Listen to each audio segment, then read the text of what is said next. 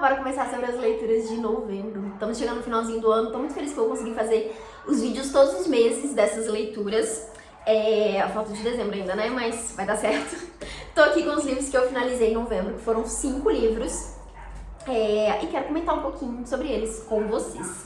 Vou começar aqui com o primeiro, que é A Irmã Menor, da Mariana Enríquez, que é um livro que eu recebi em parceria com a editora Relicário. Ele foi traduzido pela Mariana Sanches, é de uma escritora argentina, que ela vai tentar construir aqui, né, um retrato da Silvina Ocampo, que também é uma escritora argentina.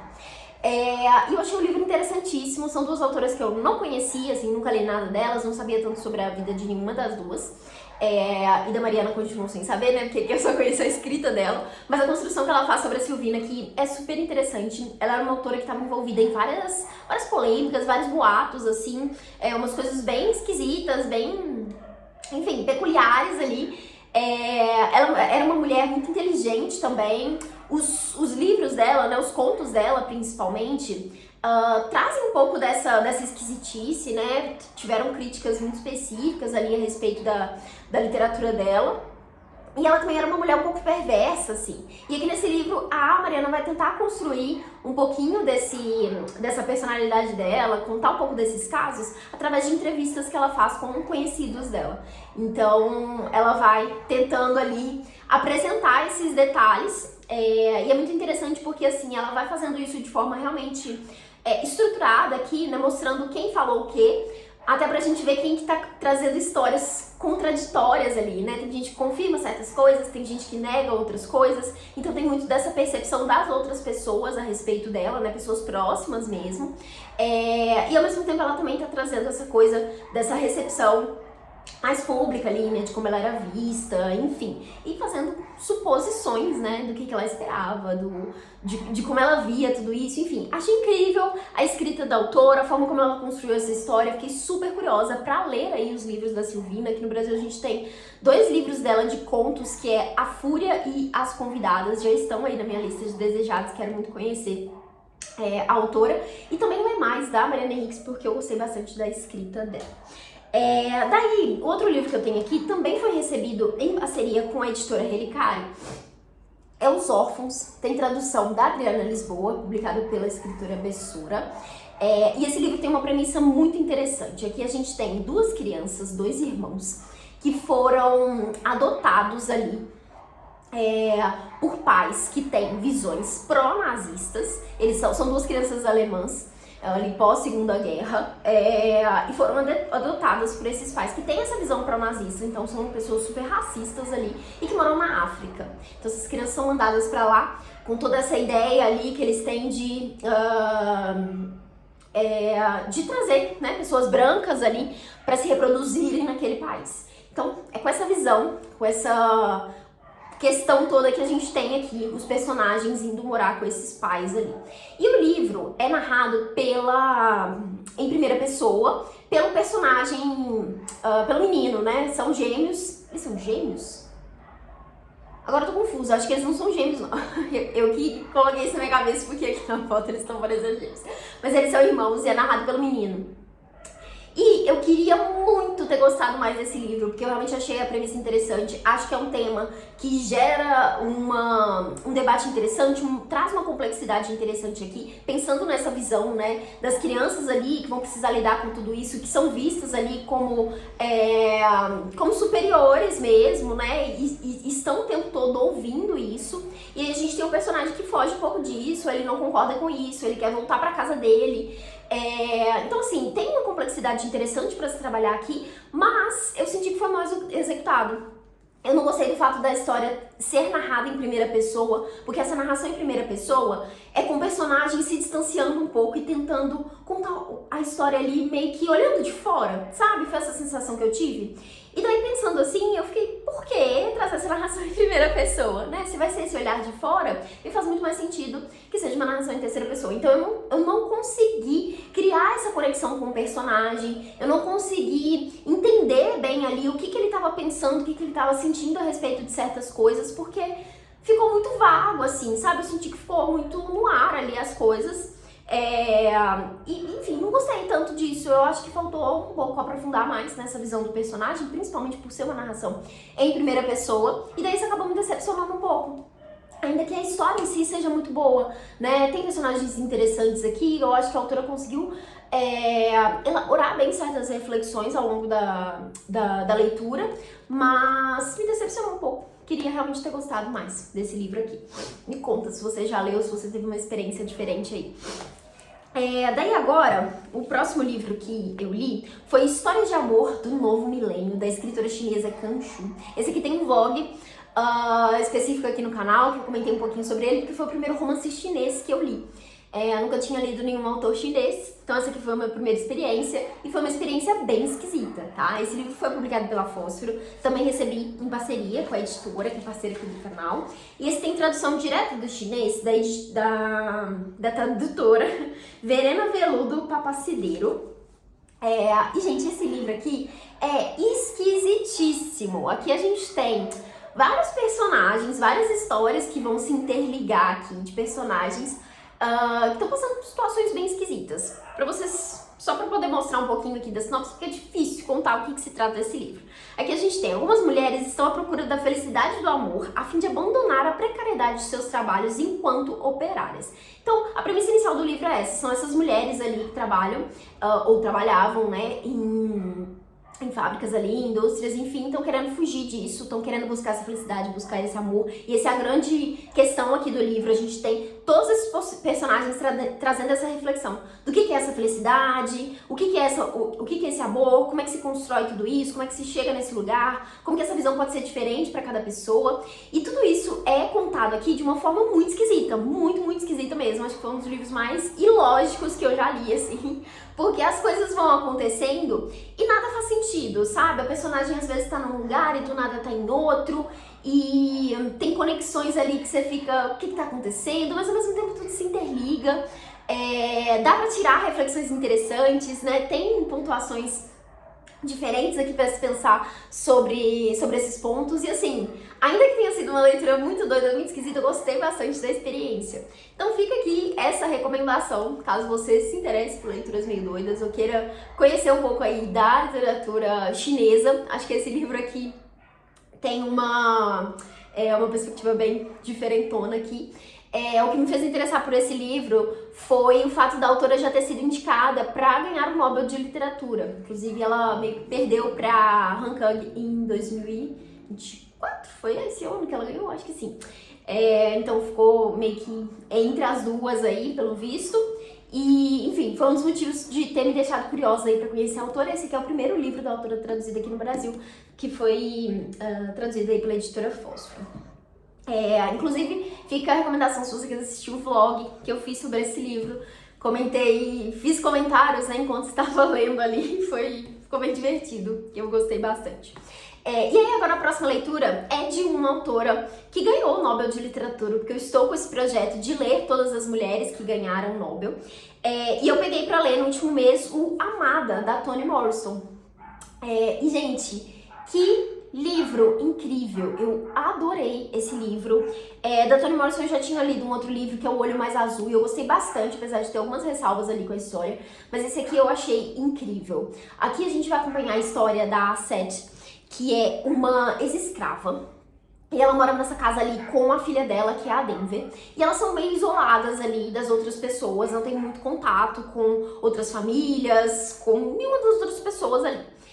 E aí no início do livro a gente tem um novo personagem aparecendo que meio que retorna do passado da Seth, que é o Paul. E quando ele chega ali na casa, meio que querendo fazer parte dessa família, ele acaba expulsando um fantasma, um espírito, uma assombração que está ali na casa, que estava presente ali o tempo todo com essas duas mulheres. E aí, sim, o livro tem então esse aspecto um pouco sobrenatural aqui, né, junto com toda essa narrativa que ela vai trazer. E a partir desse momento que ele expulsa essa assombração ali, a gente tem uma grande mudança na história, a partir do surgimento de uma nova personagem ali, e aí a história vai se desdobrar a partir disso. Não quero contar muito mais, porque eu acho que pode ser spoiler, mas aí a gente vai aos poucos entendendo por que que a Seth e a Denver estão mais isoladas ali, né? O que aconteceu no passado dessa mulher, principalmente da Seth, para que isso acontecesse. O que são esses sentimentos? O negocinho tá sempre caindo aqui. O que são esses sentimentos que ela carrega ali, que são coisas bem complexas ali. E a gente vai vendo essa construção das duas personagens, principalmente, mas não só. E entendendo, né, como é que chegou nesse passado. Eu senti que o início do livro foi um pouco mais difícil, porque a escrita da Toni Morrison não é fácil. Eu acho que é uma escrita que exige atenção, sabe? E no início ali eu me senti um pouco perdida porque eu não estava entendendo. Eu lembro que eu li as primeiras partes ali, as primeiras páginas, mais de uma vez, porque eu falei, meu Deus, ela citou vários personagens e eu não entendi quem que era quem, eu não tava raciocinando a coisa, sabe? Então eu li mais de uma vez antes de entender.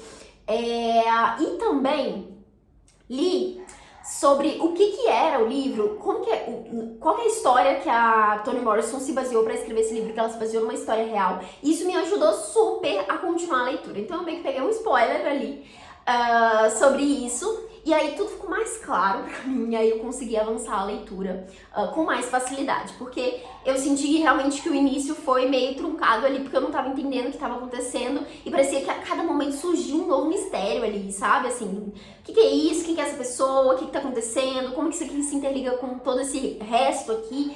Então eu senti um pouco dessa dificuldade ali no início, e acho que me ajudou muito ter descoberto ali o que foi a história que ela se baseou. E eu digo isso porque eu acho que, claro que ao longo da narrativa a gente vai entendendo o que aconteceu, as coisas vão ficando mais claras ali, mas eu senti que isso demorou um pouquinho pra acontecer. E daí facilitou muito pra mim já ter entendido isso desde o início ali. E assim, gente, depois que eu entendi isso, depois que eu ouvi essa história, que é uma história muito triste, muito pesada, assim, muito complexa também de se pensar. Achei genial a forma como a Toni Morrison construiu essa história aqui. Achei genial todos os detalhes que ela constrói aqui, nessa coisa do sobrenatural que ela consegue apresentar aqui na história também. Todos esses aspectos, né, da escravidão em si, mas também de como as pessoas negras carregam isso consigo, assim, mesmo depois, né, em outras situações. Tem várias cenas aqui que são extremamente violentas, mas não violências diretas ali, né, de, sei lá, uma pessoa apanhando ou qualquer coisa do tipo. Às vezes são microviolências ali, sabe, no dia a dia, que eu acho que carregam um peso gigantesco aqui na narrativa da Toni Morrison. Então, assim, é um livro incrível, eu amei conhecer essa história. E quero muito ler mais da Toni Morrison, inclusive vamos fazer uma leitura em conjunto da autora, que vai ser de Sula. Vamos ler juntos em janeiro. Em breve vou soltar um vídeo aqui contando um pouquinho melhor, né, como vai ser essa leitura coletiva, qual vai ser o cronograma da nossa leitura, compartilhando também o grupinho que a gente vai se reunir para conversar sobre esse livro. Então, se você gosta da ideia, tem interesse em ler Toni Morrison, gosta da ideia de ler aí mais autoras que ganharam o Nobel de Literatura, fica aqui o convite. E daí, pra finalizar o mês, eu terminei um belo de um calhamaço, que foi Um Defeito de Cor, da Ana Maria Gonçalves, que é aí já considerado um grande clássico da literatura brasileira. É realmente um livrão, né? E, gente, ó, cheio de marcações aqui. Que livro incrível, assim, sensacional, um espetáculo. Eu realmente recomendo muito que você leia esse livro em algum momento da sua vida. Que a gente vai acompanhar a história da Kendé, que nasceu ali na África e veio para o Brasil como escrava. Então a gente vai acompanhar toda essa jornada dela, né? O que aconteceu primeiro, o que aconteceu na infância ali, né, enquanto ela ainda morava na África, como que isso aconteceu, né, para ela ser mandada para o Brasil, toda essa travessia que é, assim, extremamente dolorosa de se ler. O que acontece quando ela chega aqui, como que a vida dela vai se desdobrando a partir disso. A gente vai acompanhar mais de 80 anos da vida dessa personagem, então assim, é muita coisa, muita história. E além da história dela, né, que é a parte principal aqui do livro, a gente também tem vários outros personagens secundários que vão se construindo e crescendo aqui na narrativa. Ela apresenta várias histórias diferentes, vários personagens, inclusive, que viraram grandes queridos, assim, né, durante a narrativa. E para além disso, a gente também tem todo o contexto histórico aqui, né? A autora teve um cuidado gigantesco, assim, nessa pesquisa. Ela demorou anos e anos para escrever esse livro. Então a gente tem todo esse paralelo aqui também com a história do Brasil, né? Então, vários detalhes, várias personalidades importantes que vão aparecer aqui dentro da narrativa também. Temos vários momentos ali que ela conta sobre revoltas, sobre o fim da escravidão, né, sobre essa independência do Brasil, enfim, vários detalhes aqui que a gente vai construindo a partir da história da Kendé e desses outros personagens secundários. Então, assim, é incrível, é incrível, incrível, incrível. Eu recomendo demais essa leitura. Eu terminei o livro com aquela sensação de ai, não queria abandonar, mas ao tempo que eu queria muito terminar a leitura, não queria deixar a personagem, sabe? A gente você realmente constrói esse apego com a história dela ali. Enfim, é um livro incrível. Por ser um calhamaço, tem vários trechos, assim, principalmente da metade final, que foram mais chatos de ler, que eu fiquei, meu Deus, essa parte aqui me parece desnecessária, por que isso tá aqui? Então eu me cansei em vários momentos do livro. Como eu acho que acontece com qualquer calhamaço, né? Eu acho que é muito difícil conseguir ler um livro desse tamanho, não tem nenhuma parte ali que seja um pouco mais cansativa, que seja um pouco mais difícil de ler. Mas assim, o livro como um todo é incrível, incrível, assim, eu fui surpreendida com o final, eu não esperava a conexão que a autora traz ali, né, pro grande acontecimento do livro. E, ai gente, incrível, assim, realmente recomendo muito, acho que vocês deveriam ler esse livro. Eu sei que é muito grande, né, e parece um desafio muito grande, mas assim, é uma leitura muito fácil, muito fluida, sabe? Aquele livro que você pega e você engole páginas e páginas, porque você fica curioso, você fica preso ali na narrativa, e realmente é uma narrativa muito fácil de se ler. Ainda que pesada em vários momentos, tá? Principalmente na primeira parte, assim, eu acho que tem cenas de violência ali que são pesadíssimas, pesadíssimas mesmo, mas não se sustenta assim ao longo de todo o livro, ainda que, claro, tem todo esse foco, até porque estamos falando aqui de uma mulher que virou escrava, né? Mas é isso, leiam Defeito de Cor, foi assim, incrível ter feito essa leitura. Não só em novembro, né? Eu li por 2 meses, então foi outubro e novembro. Mas é isso.